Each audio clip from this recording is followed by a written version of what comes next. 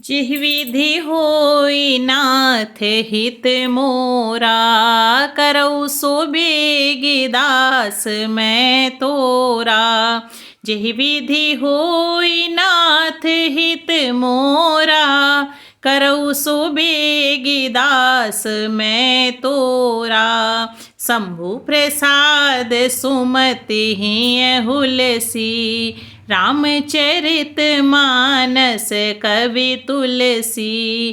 करई मनोहर मति अनुहारी, सुजन सुचित सुनिले हो सुधारी। श्री शिव जी की कृपा से उसके हृदय में सुंदर बुद्धि का विकास हुआ, जिससे यह तुलसीदास श्री रामचरितमानस का कवि हुआ। अपने बुद्धि के अनुसार तो वैसे मनोहर ही बनाता है, किंतु फिर भी हे सज्जनों, सुंदर चित्त से सुनकर इसे आप सुधार लीजिए।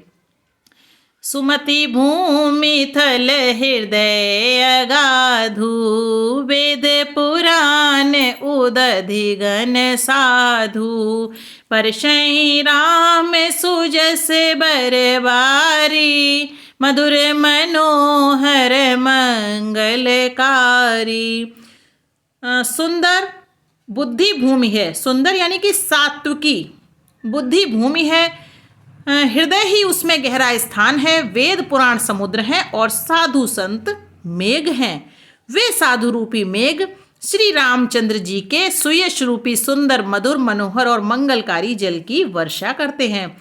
लीला सगुन जो कहीं बखानी, सोई स्वच्छता करई मलहानी।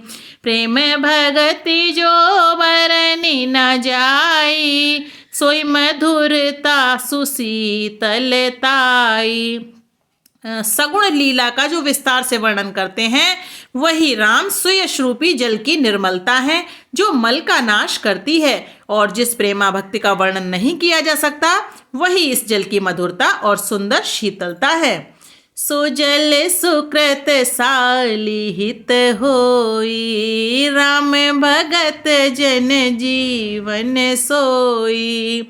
मेधा मही गत सो जल पावन, सकली श्रवण मग चले सुहावन।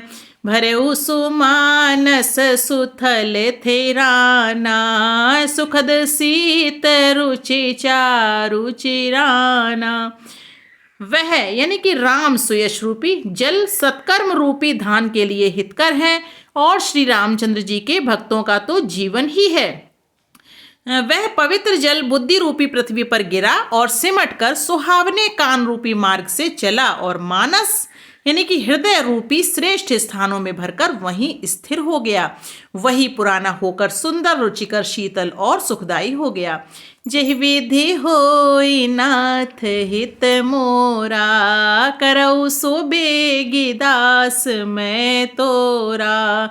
जिह विधि होई नाथ हित मोरा, करऊ सो बेगी दास मैं तोरा। सुठि सुंदर संवाद बर बिरचे बुद्धि विचारी, तेहि यही पावन सुभग सर घाट मनोहर चारी। इस कथा में बुद्धि से विचार कर जो चार अत्यंत सुंदर और उत्तम संवाद भुषुंडी गरुड़ शिव पार्वती याज्ञवल्क्य के भरद्वाज और तुलसीदास और संत रचे हैं, वही इस पवित्र और सुंदर सरोवर के चार मनोहर घाट हैं। जिह विधि होई नाथ हित मोरा, करऊ सो बेगी दास मैं तोरा। जिह विधि होई नाथ हित मोरा, करऊ सो बेगी दास मैं तोरा। बोलिए सियावर रामचंद्र की जय। जय श्री राम।